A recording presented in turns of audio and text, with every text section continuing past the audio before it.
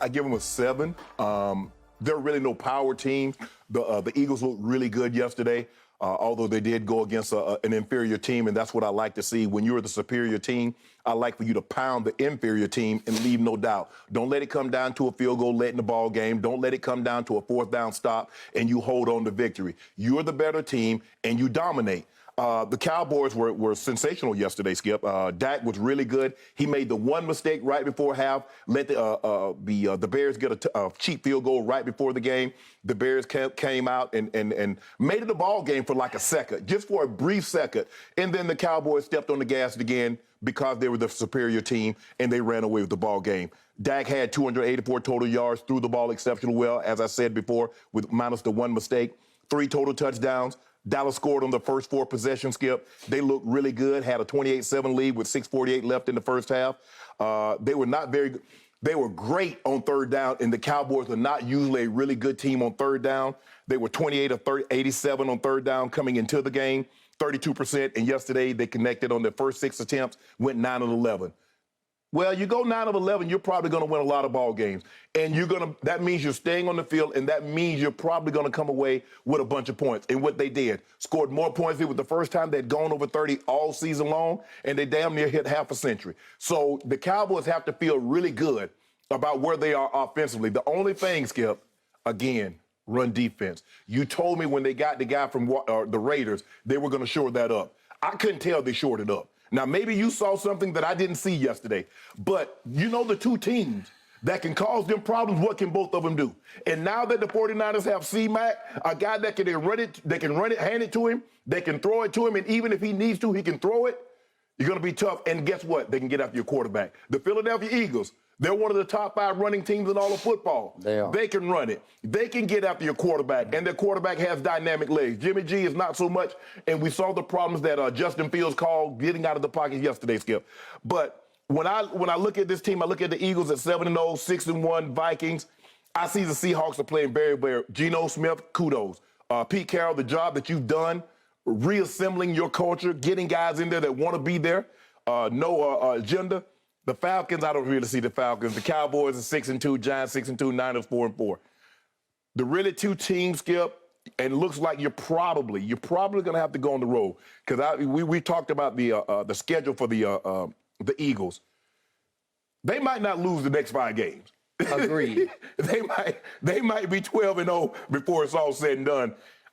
So I'm going to say the Eagles. Wait, who's the 13th game? Oh, you got it. Thank you. Oh, you got it. Oh, they got y'all. They got something for y'all. The way I saw A.J. Brown and Jalen Hurts throwing the ball and throwing and catching yesterday, y'all in for it. Y'all in for it. And they can run the ball. I think, Skip, that's the thing that's concerning. You guys had it played really, really well. But for some reason, you can't stop the run. Now, I don't know if it's schematically. I don't know if it's fits. I don't know if guys are not being where they're supposed to be. But you can't give up 240 yards. You give up 240 yards in a playoff game, Skip, you're going home. You're going home. So I'm going to give them a 7. I still believe the Eagles and the 49ers now with C-Mac, y'all, you could possibly be in big trouble. And you're probably going to have to take your show on the road because there's only one bye now. And you're probably going to be the wild card. So that means you probably have to go if the Eagles will be at home. That means if you play the Eagles in the second week, you're probably going to go there. Or if you play the 49ers in the opening round, you're going to have to go there. And we know they can get after your quarterback and they can run the football. So I give you a 7. I think you're probably right now. I look at it, Skip. I think you're the third best team in the NFC right now. Okay. My turn. I have a whole lot to say about what I saw yesterday. I'm going to get the bitter out of the way before I get to the sweet. I told you on Friday I feared the Bears because we cannot stop the run. Right. I told you that because the Bears had run for 243 on Belichick at Belichick, even on a short week, the running game will travel right to Dallas, and it traveled right down our throats for much of the day because they almost equaled what they did at Belichick, 240 to 243. And I feared they would control the ball and the clock, and they did. They had the ball for 38 minutes to our 24 minutes. Well, the problem that what you did really well is that you got ahead of them. we got ahead, and every time we got in the red zone, we cashed. We went 4 for 4, and we went 9 of 11 on third down, and that saved That'll the win you a day. lot of ball games. Biggest takeaway from yesterday, Dak Prescott played the best game I have seen him play since opening Thursday night, September 9th of last season. Not this season, but last season, all the way back, to at Tampa against the GOAT, when the GOAT goated us and walked off with a 31-29 field goal victory. Best game I've seen Dak play. Okay, now a little more bitter was sweet. Here we go again. What happened last year? Exactly right now to my Dallas Cowboys. What happened? We were 6-1, and guess who was coming to town? Your Denver Broncos. And what happened? 30-0 happened after 3 quarters. Going into the fourth quarter, we trailed 30-0, and Dak empty-caloried at the end to get it back to 30-16. And we proceeded to lose 3 out of 4 games, and we never got it back. Well, you got to buy this week, so you should be good. I'm just saying, we're 6-2 now, as opposed to 6-1 last year, right at this point in the schedule. And yet, here came Denver, and then, we got to go to Kansas City, and then, here come the Raiders on Thanksgiving. We lost 3 out of 4. Dak was awful. He was pathetic. He stunk down the stretch, and we never got it really rolling back again. And here came the 49ers, and he stunk again against the 49ers. So today, right here, right now, I am calling out Rain Dakota Prescott. It is time to do what you did not do last year. Loved you yesterday. Love you, man. Love everything about what happened yesterday, because it was a tour de force of what my team can be, should be, maybe will be. I'm going to give my team a 9 on a scale of 1 to 10 as how I see this team's possibilities of getting to its first NFC Championship game in 27 years. I cannot believe those words just came out of my mouth. 27 years since we got to an NFC Championship game. But I love the makings of what we can be in an NFC that feels like it's the least this year, not the NFC East. It's like the whole NFC is the least. It is begging to be won by somebody. And I know we're going to talk about this later. C-Mac, baby, in San Francisco.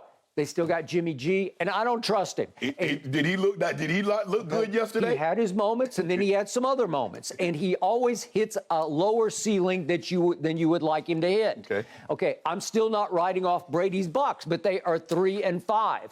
And I think we've seen the last of Aaron Rodgers. I don't know. Maybe they're going to bounce back. But my point is, everybody that I feared is nobody right now. Don't they got y'all out of the break? Don't y'all play the Packers out of the break? We have to go to the Packers, and they get the Lions. And Aaron said after the game last night, we just need one get-right game. I'm paraphrasing how he said it. But we just need one game. If we can win one game, maybe the momentum will reverse. So maybe I would think they could beat the Lions because they get the worst defense in pro football. What happened to relax? Huh? What happened to relax? I don't know. Okay, but I'm relaxing going up to Green Bay because I no longer fear the Packers the way I used to fear Aaron Rodgers, because he used to own us. But Aaron Jones did run the ball last night. Now, you got a guy that can run the ball, and Aaron Rodgers is still Aaron Rodgers, although he doesn't look like Aaron Rodgers, minus Devontae, and we're going to talk about this a little later. But, Skip, you had to be impressed with the way Aaron Jones ran the ball on a Sunday night in Buffalo. I've told you 1,000 times, I feel like the real MVP in Green Bay has been the other Aaron, not Aaron Rodgers, but Aaron Jones. I love him. I love his heart. I love his guts.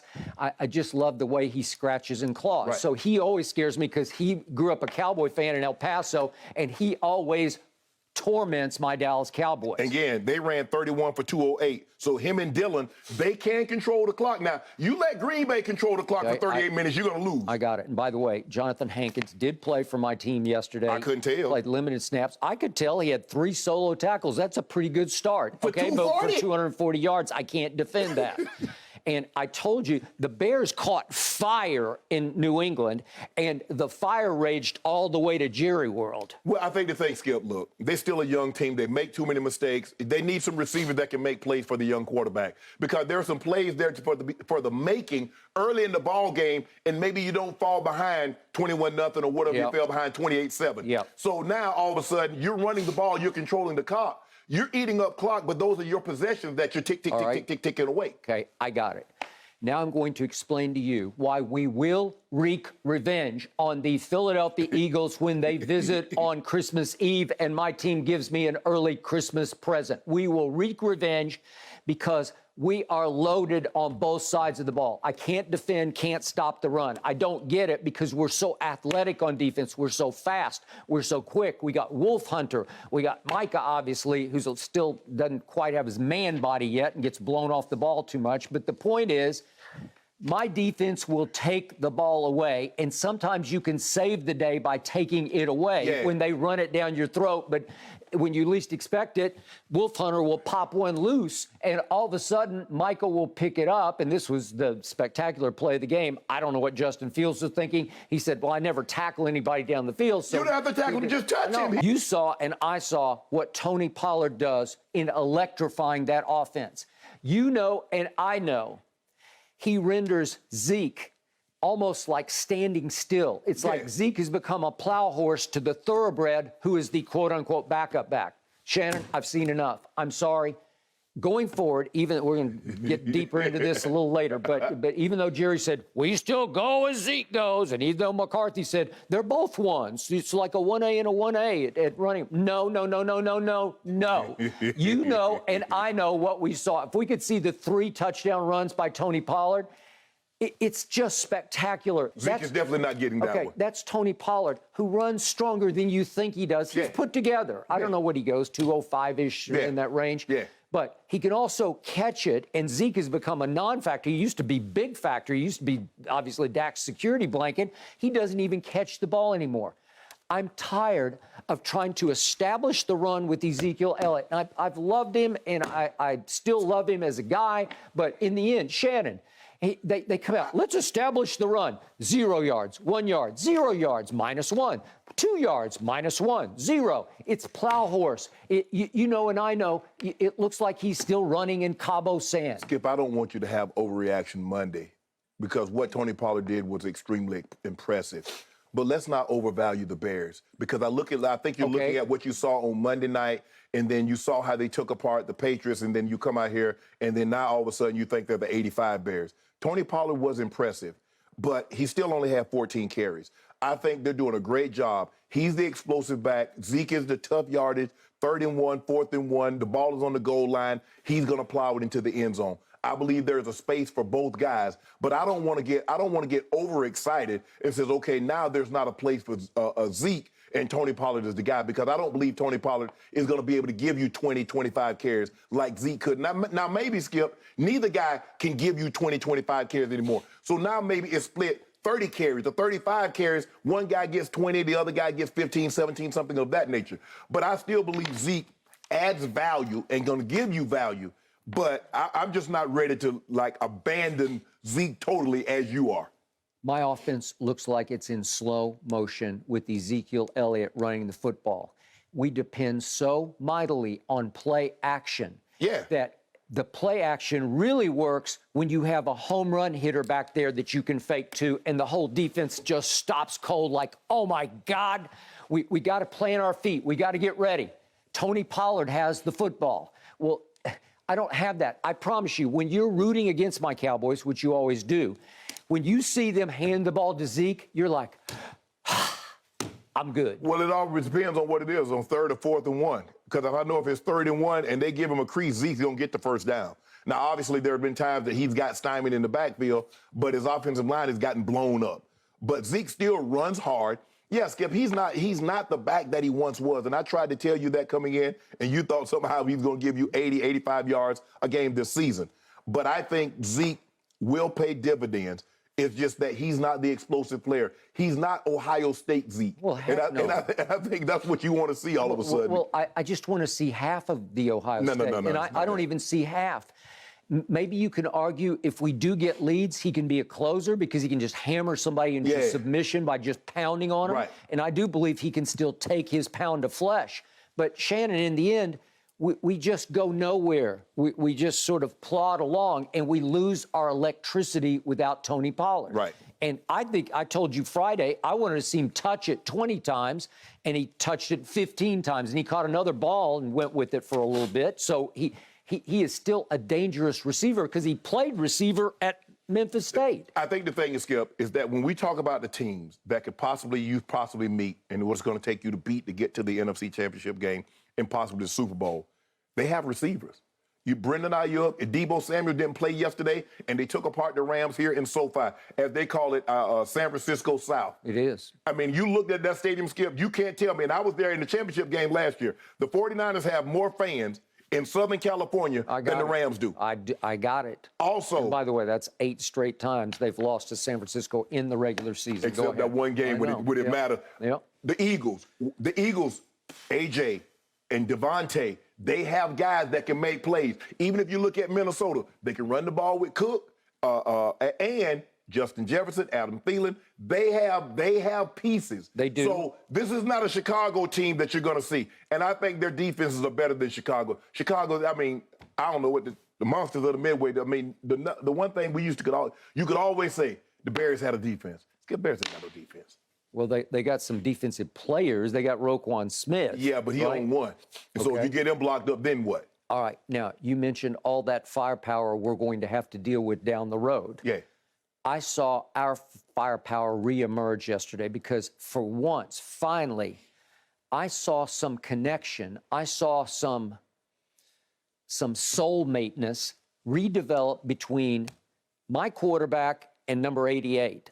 All of a sudden, I actually saw a wavelength between Dak Prescott and CeeDee Lamb that I have not seen before because we talked about it. They seem to have no connection, and all of a sudden, Dak was rising up and throwing it in 88's direction the way Aaron used to throw it in Devontae's direction, right. Where you just say, I don't care what the coverage is, I'm throwing it to 88. And it started to look like a top 5 duo to me because it can be a top 5 duo. But here's the thing. What does Philly possess? Secondary, back end, and they can get to the quarterback. The 49ers, they can get to your quarterback, and Jimmy Ward, eventually he's going to get that drumstick. Look, I got a broken hand or something because he seems like he's playing with a club. They're better a defensive unit than the Chicago Bears. I believe they're a better offensive unit than the Chicago Bears. So I don't believe you'll have the relative ease in which you had yesterday. Yeah, they ran the ball exceptional. But, Skip, when you're running the ball and you're down 28-7 and you're going to have compiled great stats, but I don't think at one point in time you thought you were in trouble yesterday when you were playing the Bears. Oh, I did think I was in trouble at one point. And by the way, the other connection that reemerged was Dak to his security blanket, who, by the way, is franchise tagged by the Dallas Cowboys. Do you realize Dalton Schultz was hurt for a couple of games when Cooper Rush was playing? But when I look at the numbers of Cooper Rush throwing to Dalton Schultz, he caught 2 balls for 18 yards playing for Cooper Rush in 5 games? 2 balls for 18 yards. He got 8 targets and caught 2 balls.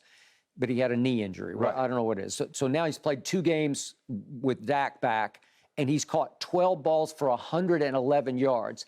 And the key one, you said, I never thought I was in trouble. At one point, Justin Fields, who gets better by the snap to me, I'm loving what I'm seeing in that young man because he's throwing it better and better and better. And listen, you want to talk about effortless acceleration? He's got it. Yeah.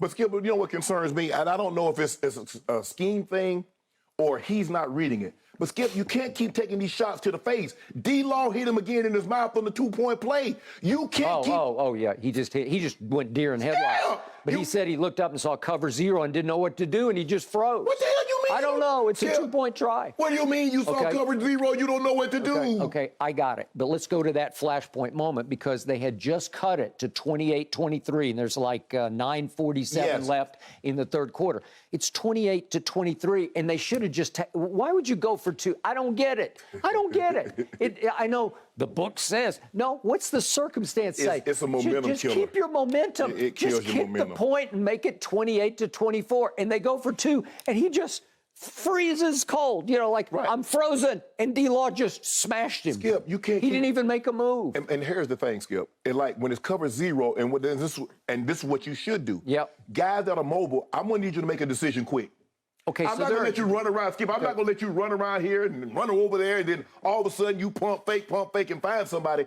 I want you to make a decision right now. Okay. How fast can you process this information? Because if you don't, I'm going to hit you in your mouth. Okay, because they went press man across the board. They had people in everybody's face, just face to face. Yes. And you got to do something. And what you have to do is you got to make him miss first. Right. You can make him miss. He froze, Skip. Yeah, come on. He froze. Okay, I got it.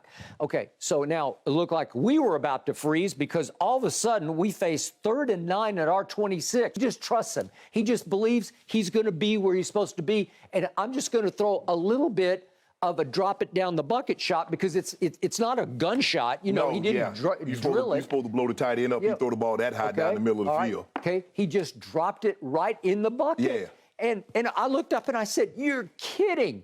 And from where Dak was looking, it probably didn't look that open because there's orange everywhere, right? Dropping, and he drops it right down the bucket, right to Dalton Schultz, and it saved the game because then they just go right on down the field, and Tony Pollard hits the 7-yarder for the touchdown, and all of a sudden you can breathe easier because you're starting to pull away at 35-23. Yeah, but look, Skip, you won.